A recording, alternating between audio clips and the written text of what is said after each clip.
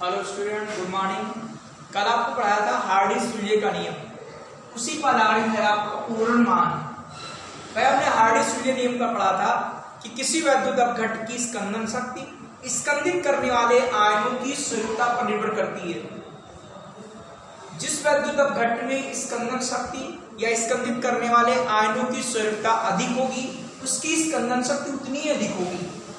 तो उसी के आधार पर या उसी से संबंधित पूर्णमान है कि किसी वैद्युत अपघट्ट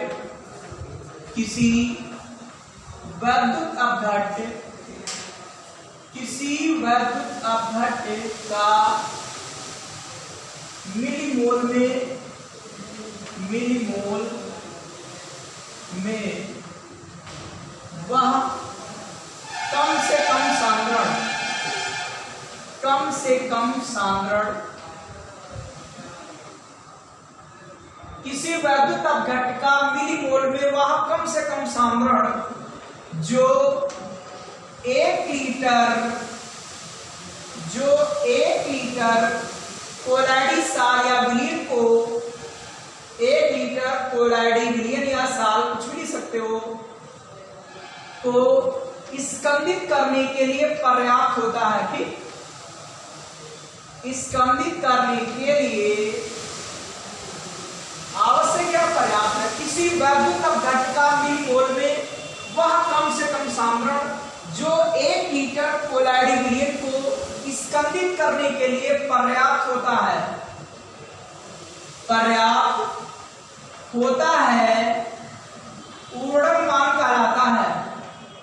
पूर्णमान कहलाता है।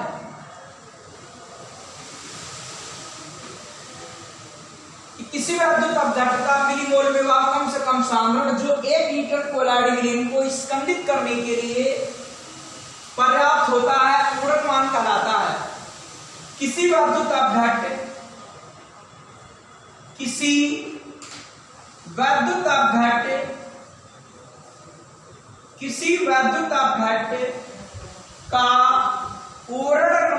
जितना कम होगा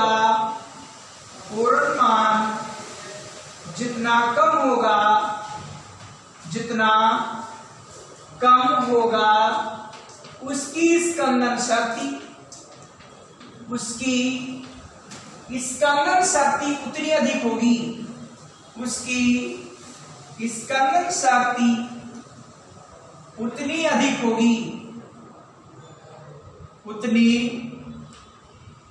होगी,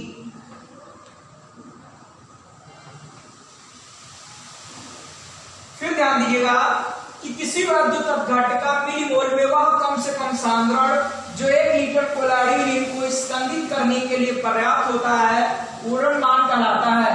किसी वैद्युत अपघट्ट का पूर्णमान जितना कम होगा उसकी स्कंदन शक्ति उतनी अधिक होगी। अर्थात ऐसे लिख सकते हो कि पूर्णमान और आपका व्युत्क्रमानुपाती हो जाएगा स्कंदन शक्ति।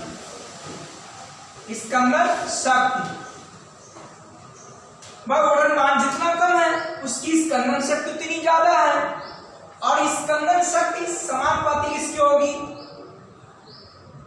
प्रभावी आयन की स्वरूपता की पावर 6, क्योंकि स्वरूपता जितनी ज्यादा होगी उसकी स्कंदन शक्ति उतनी ज्यादा होगी।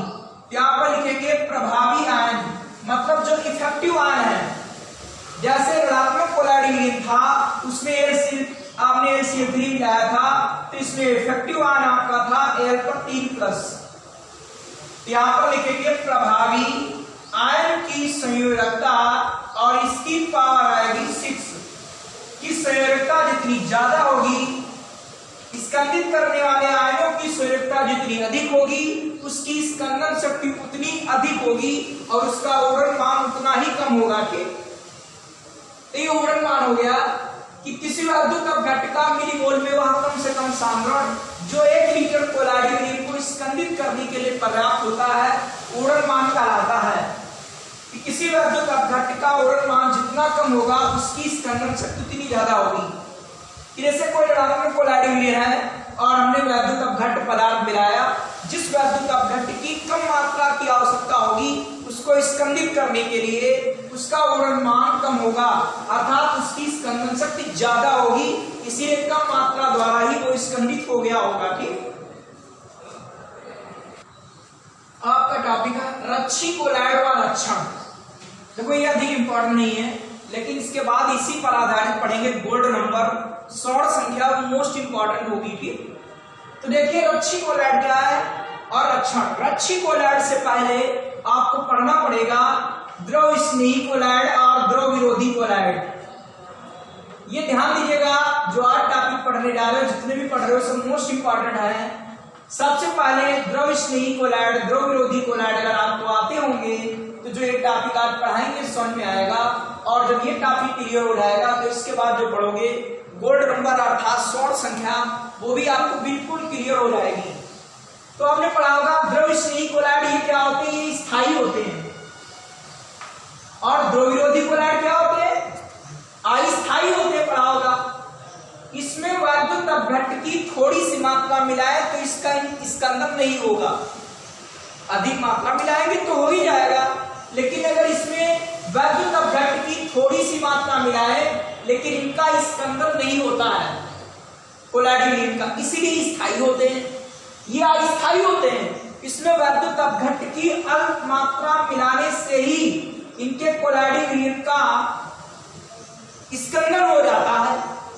ठीक है, ध्यान दीजिएगा आप लोग। अगर ऐसा कुछ कर दें कि इसकी थोड़ी सी मात्रा की उपस्थिति में इसका स्थायित्व बढ़ जाए, अर्थात अपनी उपस्थिति में इसका स्कंदन रोक दे, तो ये कोलॉइड कहलाएगा रच्छी कोलॉइड, और ये क्रिया कहलाएगी लक्षण।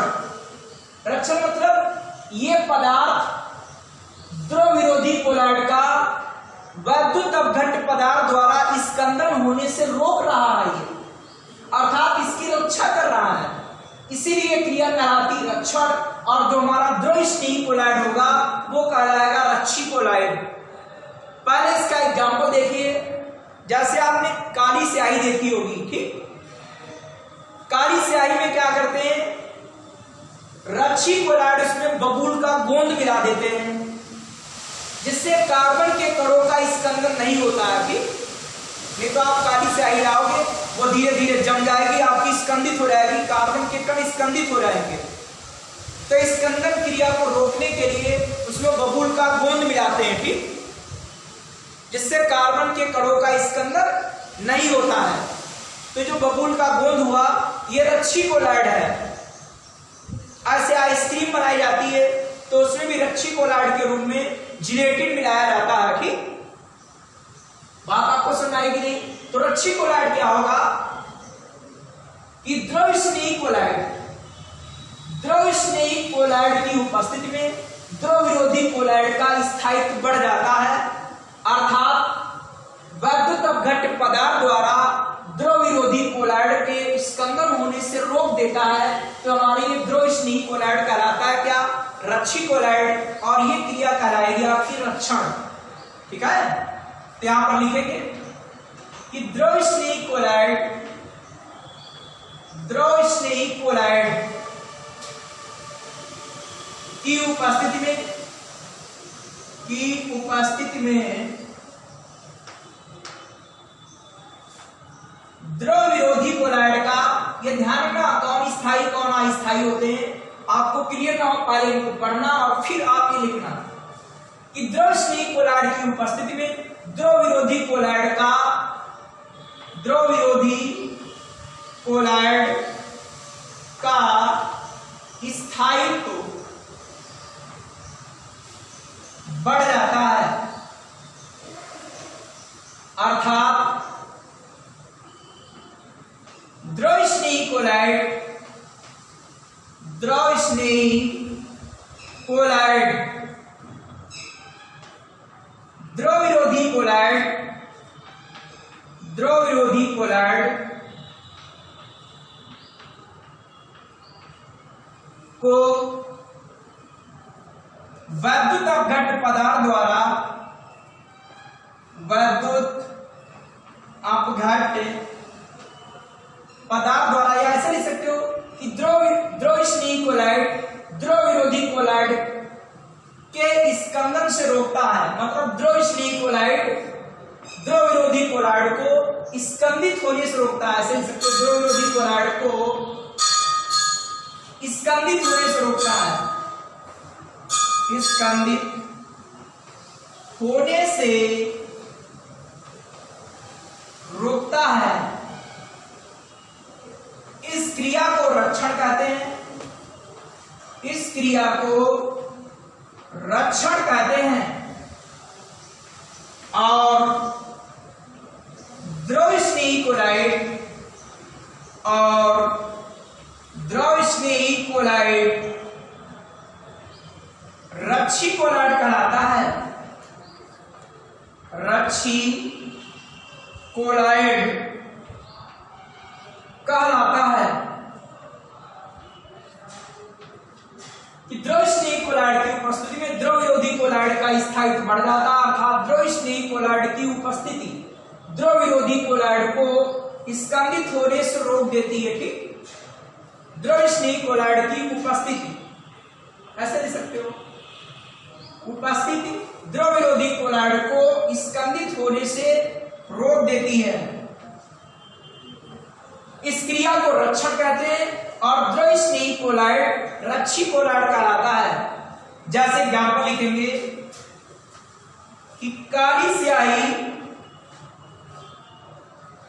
स्याही में बबूल का गोंद रक्षी कोलाइड है। यह रक्षी कोलाइड का कार्य करता है। ठीक, काली स्याही में बबूल का गोंद रक्षी कोलाइड का कार्य करता है। ठीक, नहीं तो क्या होगा, इससे कार्बन के कण आपकी स्कंदित हो जाएंगे। ठीक, स्वर्ण संख्या या स्वर्णांक कहते हैं। इसे लिखते हैं गोल्ड नंबर। तो जो हमारे रक्षी कोलाइड होते हैं, इनकी शक्ति, स्कंदन शक्ति अलग अलग होती है और इनको ज्ञात करने के लिए स्वर्ण संख्या का उपयोग किया गया। ठीक, तो इसकी परिभाषा क्या है, पहले थोड़ा ध्यान दीजिएगा कि किसी रक्षी कोलाइड, बिल्कुल क्लियर हो जाएगी परिभाषा, अगर बातें मानी ध्यान दे रहे हो, कि किसी रक्षी कोलाइड की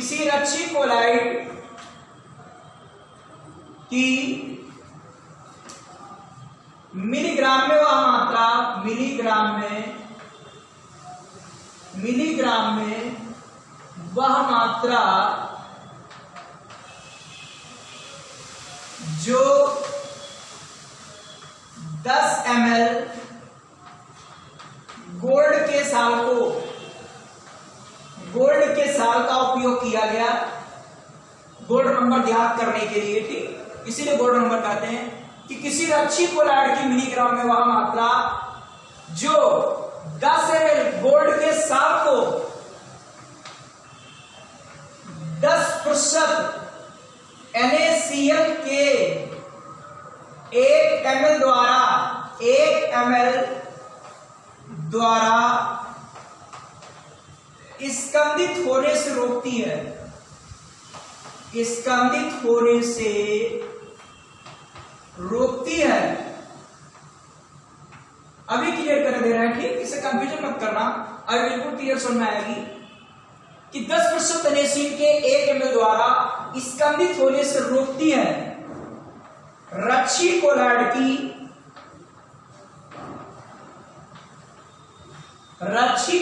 की स्वर्ण संख्या कहलाती है। स्वर्ण संख्या कहलाती है। ठीक, अब इसे क्लियर समझिए भैया, थोड़ा ध्यान दीजिएगा कि रक्षी कोलाइड की मिलीग्राम में वह मात्रा जो 10 ml गोल्ड के साथ, देखो आपका जो 10 ml गोल्ड का साल है, थोड़ा ध्यान दीजिए, जो चीज बता रहे हैं जैसे बताएंगे उसी तरीके तैयार करना। ये गोल्ड का साल है, ये आपका द्रव विरोधी कोलाइड है। ध्यान का भैया, ये कैसा कोलाइड है? द्रव विरोधी कोलाइड का उदाहरण है। आप देखिएगा प्रूफ, ये द्रव विरोधी कोलाइड है और ये अस्थायी होगा कि नहीं होगा, बताओ? अस्थायी होगा। अब इसमें हम वैद्युत अपघट्ट पदार्थ मिला है, ये 10% NaCl का विलयन है, ये वैद्युत अपघट्ट का कार्य करता है। इसका अगर हम इसमें 1 ml मिला दें, इसका 1 ml इसमें मिला दें तो इसका स्कंदन हो जाएगा, गोल्ड का स्कंदन हो जाएगा, स्कंदन हो जाएगा भैया, स्कंदन। और ऐसा हम क्या कर दें कि ये क्रिया रुक जाए, और उसके लिए क्या मिलाएंगे हम, रच्छी कोलाइड। और रच्छी कोलाइड होते क्या है, द्रव स्नेही कोलाइड। ये द्रव विरोधी कोलाइड है, इसमें अगर वैद्युत अपघट्ट पदार्थ की मात्रा मिलाएंगे तो ये स्कंदित हो जाएगा, अर्थात अवक्षेपित हो जाएगा। कि 10 ml गोल्ड का साल है, इसमें 10% NaCl का अगर 1 ml मिला दें तो इसका स्कंदन हो जाता है। इस क्रिया को रोकने के लिए हम मिलाएंगे रच्छी कोलाइड, और रच्छी कोलाइड की जो मिलीग्राम में मात्रा मिलाएंगे वही कहलाएगी उस रच्छी कोलाइड की स्वर्ण संख्या। बात एक बार फिर ध्यान दीजिए, ये द्रव विरोधी कोलाइड है, यह अस्थायी है, इसमें वैद्युत अपघट्ट पदार्थ की मात्रा मिलाएंगे ये स्कंदित हो जाएगा। इस क्रिया को रोकने के लिए जो रच्छी कोलाइड की मिलीग्राम में मात्रा मिलाएंगे वो उसकी बोर्ड नंबर कहलाएगी, स्वर्ण संख्या कहलाएगी। तो इसकी परिभाषा एक बार फिर ध्यान दीजिएगा कि कैसे तैयार करोगे, एक बार बताते देखो कि रच्छी कोलाइड, ये साइड में परिभाषा तैयार कर लेंगे, ऐसे रबर लिखेंगे, इसी परिभाषा के साइड में लिख लेंगे, तैयारी कैसे करेंगे कि रच्छी कोलाइड की मिलीग्राम में वह मात्रा, मिलीग्राम में वह मात्रा जो 10 ml गोल्ड के साल को, 10 ml गोल्ड के साल को 10% NaCl के 1 ml द्वारा स्कंदित होने से रोक देती। देखो ये हो रहा है स्कंदन, और इसे रोक दे तो वो कहलाएगी मिलीग्राम में मात्रा, रच्छी उसकी स्वर्ण संख्या कहलाएगी। कि रच्छी कोलाइड की मिलीग्राम में वह मात्रा जो गोल्ड के 10 ml गोल्ड के साल को 10% NaCl के 1 ml द्वारा स्कंदित होने से रोक देती है, वो उसकी कहलाती गोल्ड नंबर। आप ये रबर ऐसे परिभाषा तैयार कर लेंगे, ठीक।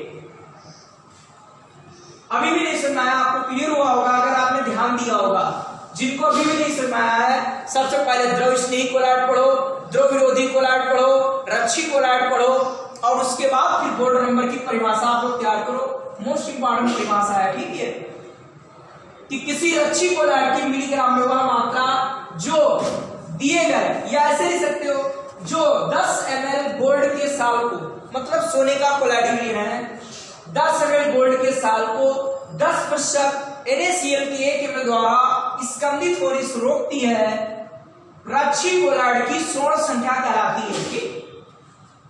अब इसके नीचे लिखेंगे कि किसी रच्छी कोलाइड का स्वर्णांक जितना कम होगा उसकी रक्षण शक्ति उतनी अधिक होगी। भाई जितनी भी इसकी कम मात्रा की आवश्यकता हो तो उसकी रक्षण शक्ति उतनी ज्यादा है। तो यहां पर लिखेंगे कि जिस रच्छी कोलाइड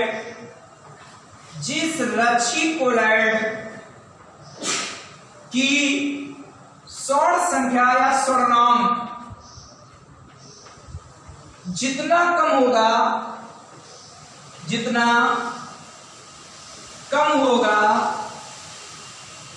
उसकी रक्षण शक्ति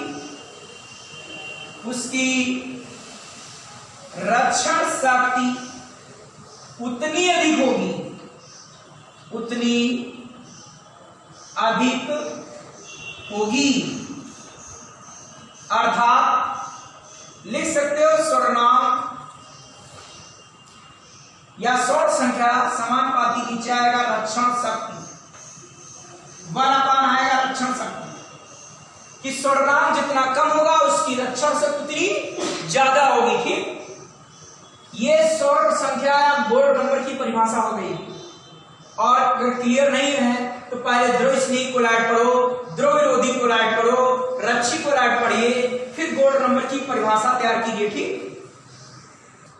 नंबर 1 एग्जांपल है, सबसे अच्छा आपका है जिलेटिन, इसकी रक्षण शक्ति ज्यादा है तो इसका स्वर्णांक कम होगा, कि जिलेटिन की स्वर्ण संख्या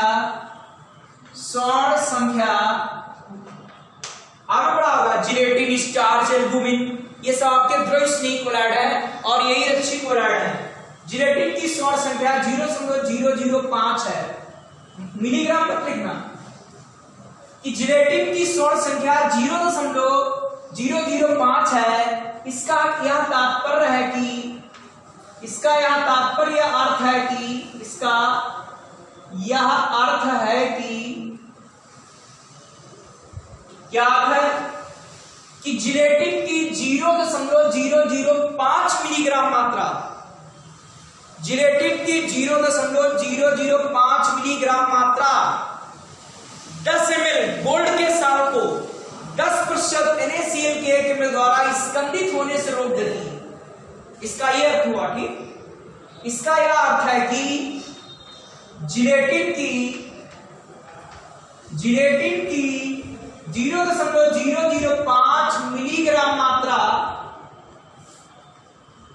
गोल्ड के साल को या AU के 10 ml AU के साल को लिखिए, 10 ml AU के यानी गोल्ड के साल को 10% NaCl के 1 ml द्वारा स्कंदित होने से रोकती है। स्कंदित होने से रोकती है। जिलेटिन की स्वर्ण संख्या 0.005 है। इसका अर्थ है कि जिलेटिन की 0.005 मिलीग्राम मात्रा 10 ml गोल्ड के साल को 10% NaCl के द्वारा स्कंदित होने से रोकती है, जो आपने परिभाषा पढ़ी थी उसी तरीके से। दूसरा उदाहरण है स्टार्च की स्वर्ण संख्या 25 अर्थात 25 है। अच्छा ये बताओ कि कौन अच्छा रच्छी कोलॉइड है? ये वाला, चूंकि इसमें कम मात्रा की आवश्यकता होगी और इसकी ज्यादा मात्रा की आवश्यकता होगी कि स्टार्च की स्वर्ण संख्या 25 है। इसका यह तात्पर्य अर्थ है कि